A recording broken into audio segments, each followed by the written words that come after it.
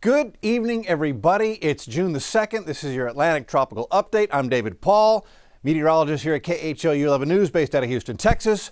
So we do have an update. 91L, and it's still 91L, has not become a tropical depression or a tropical storm, but it has been upgraded to Potential Tropical Cyclone number 1. So what is a potential tropical cyclone? Well, it's exactly what we've got. It's still an area of disturbed weather, but it looks very likely like it is going to become a tropical depression or a named tropical storm. And it looks like what there is of this is going to impact land, Florida, within 48 hours. So the Hurricane Center wants to get a forecast out so everybody can get warned, know what's coming, begin to take preparations before it sits on your doorstep and then all of a sudden becomes a tropical storm with no time to prepare. So that's why they issue these PTCs, Potential Tropical Cyclone, and that allows them to give a forecast cone and so we can all know what's coming. And here's our PTC. It's still a tropical disturbance.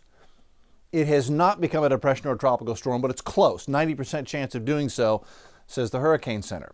Taking a look down at the surface, these are surface wind streamlines, and there is apparently a low pressure, at least counterclockwise swirl beginning to develop down here off the tip of the Yucatan Peninsula. There's Cancun, there's Cozumel.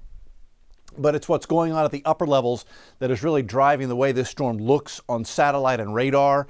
And it is lopsided, and that is because the winds up here at 34,000 feet are blowing southwest to northeast quite strongly, and they have blown all the convection way off, more than 100 miles, 150, 200 miles out to the east of the poorly defined center of our tropical disturbance. And that's why this is going to be a lopsided and weak system. So again, here's the Yucatan.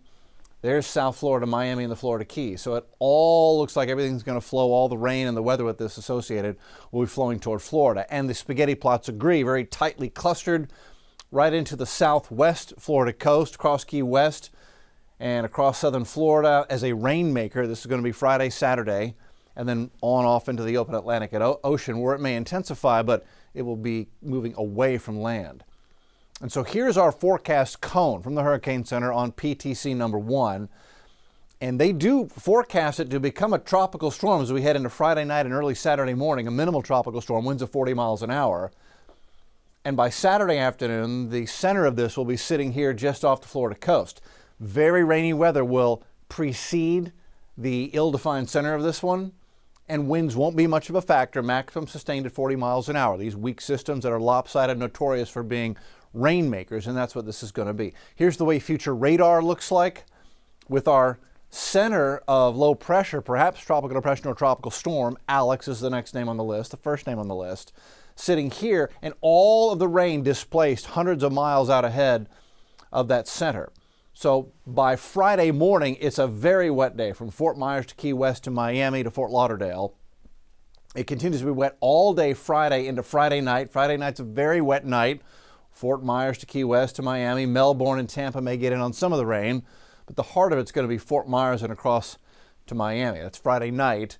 We go into Saturday morning, and by 9 a.m., the bulk of the rain's pushed across the peninsula and into the open Atlantic. So rain will begin to taper down mid-morning on Saturday, and then off it will go into the open Atlantic. As far as rainfall total forecasts, they could be significant. This is just a computer model that's suggesting from Melbourne to Fort Myers down to Miami and across the Keys included, a good 4, 5, 6 to 8 inches in spots. And I expect there'll probably be 1 or 2 bullseyes that get 10 to 12 inches of rain, as models sometimes underestimate these tropical, especially these weak tropical systems. The amount of rain they can put out can be quite intense. So flash flooding will be the biggest threat across the southern half of the Florida Peninsula, Friday night into early Saturday morning, and then the rain moves out of there by Saturday afternoon. As far as any type of surge or wave activity, it's not going to be significant. This is our wave height forecast. And we go into Friday evening with the center here, but again, all the storms out ahead of it. The worst of the weather will be with the rain, not with the center of this. And so the rain's already here by Friday afternoon, Friday night. And wave height forecasts, darker blue to lighter blue. So you're looking at anywhere from 2 to 3, maybe a 4-foot swell in the Keys to Miami.